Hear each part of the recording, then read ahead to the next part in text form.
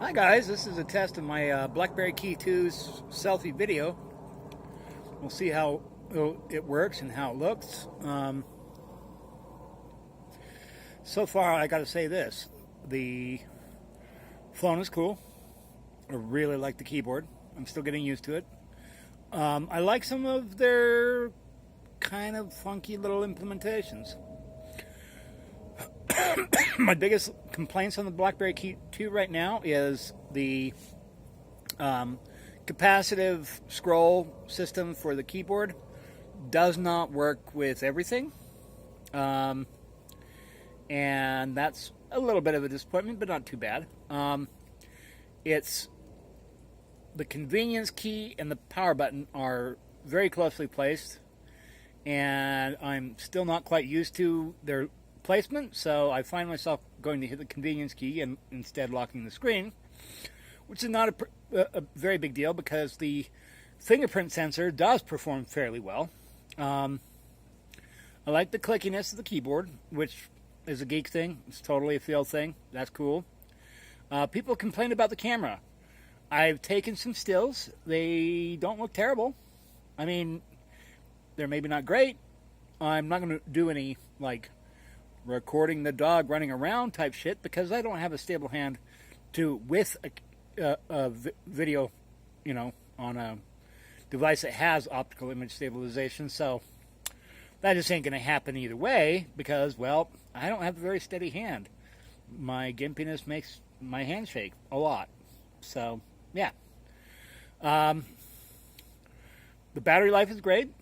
I would like the BlackBerry productivity suite to incorporate a few more options than Novell and Exchange services. Like, I would be totally down with, tasks from using Google or even a third party that's not Exchange or Novell. Same with the notes. I wouldn't mind integration with Google Keep. I wouldn't mind integration with Google Drive. I wouldn't mind integration with Evernote. Like, any of those would be fine. I played around with some of the basic privacy features like Locker and Firefox Focus, and they're, okay, sure. I don't really see myself using that a lot, but maybe. Connectivity-wise, the signal's good. The Bluetooth's good. Wi-Fi's good. All that's good. It's got some really, like I said, it's got some really nice little frills, like the long pressing on a key to launch an app or a shortcut. Like, for example, one of the things that I set up is integration with Tasker on one of my hotkeys so that I can simulate a back button press, because I guess my other complaint is that I'm so used to a phone having the back button and home button and recent apps key at the bottom that having it in above the keyboard is a little weird to get used to, and I think that'll probably take me quite a while to get used to. Maybe because it's just not quite convenient where that they placed it. I feel like they could have done something along the lines of having like something at the bottom or an alternate function mode with the space bar and the bottom keys or bottom region to mimic those capacitive back, home, and recent apps buttons. Which, that's not a big deal.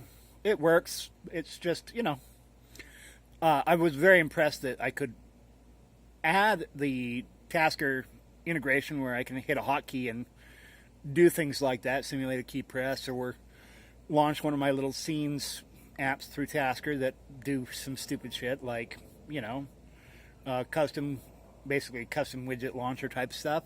That was really cool. That's really nice. Performance-wise, it's great. It hasn't really lagged out at all. I haven't really played games with it. I've watched some videos. I've listened to a lot of audio so far. And battery life is pretty good. The web browser performs much, much better than my previous Zenfone 3 Max, Deluxe, whatever. It was the best at the time for the Zenfone line. Is it worth an extra $250? Probably not for most people. For me, I can probably get behind that difference in price. I think for 99% of the people out there, if you're on AT&T or T-Mobile, go buy a Zenfone. Right now, we got a Zenfone Max Plus from my father-in-law, from my wife, from my mom, and they're delightful, and they were cheap. They were on sale on the Amazon Prime Day for $150, the regular $230, and they're fantastic. They're more than your average person would ever want in a phone. They got a good camera. They're just really nice phones, and that's probably where I would suggest people look to if they're looking for a new phone that they don't want to spend a shit ton of money on. Because for $250, you're like, oh, that's going to be a shitty phone? No, it's not. It's a really goddamn good phone. This is a good phone, too. It's significantly more expensive. $250 is a lot for a difference in price. But it's got good specs. It's got a lot of storage. And it's got some of the weird, quirky shit that you can't get everywhere. The keyboard is pretty much the same size as, say, Gboard or whatever, without any resizing, which, if it had some resizing, if I had had any choices, maybe a little bit more, but really not that much. I mean, yeah, I don't know. It'd be hard to expand that keyboard down to the very bottom of the bezel and not have some really awkward balance issues typing on the keyboard with it going right up to the bottom bevel. Anyway, it's still ongoing, the re-adoption of a BlackBerry device. I'm an old school BlackBerry fan. I love my BlackBerry Curve. I had a Bold for a brief period of time, and I used to develop themes and a couple other little basic things for the BlackBerries of that day, the BlackBerry Bold, BlackBerry Curve, and the BlackBerry Storm. And I did not make very much money at it, but my free stuff was popular enough. And my not free stuff was, well, considering how cheap it was, it did okay. So yeah, I'm happy to be back in BlackBerry. My hands are not getting any better. My coordination is going further and further down. And so this physical keyboard, I think, is gonna help. I'm still kind of slow at it, but I'll say this right now.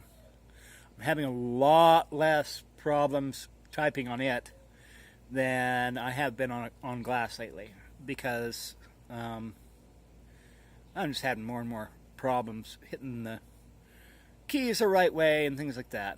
I guess one other comment I'd make on the BlackBerry Key2 is the screen is probably still normalizing. I mean, I've only had this phone for a day and a half at most. It arrived Friday-ish, earlier Friday, and it's, mid-Saturday now. But it goes from the screen goes from being almost too sensitive to not sensitive enough, and I don't know if that's just because of me and my fingers. They're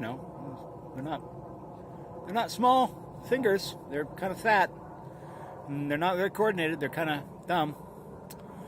But we'll see how that goes. Anyway, I mainly made this because I wanted to test the video. So, yay! And we'll talk to you guys later.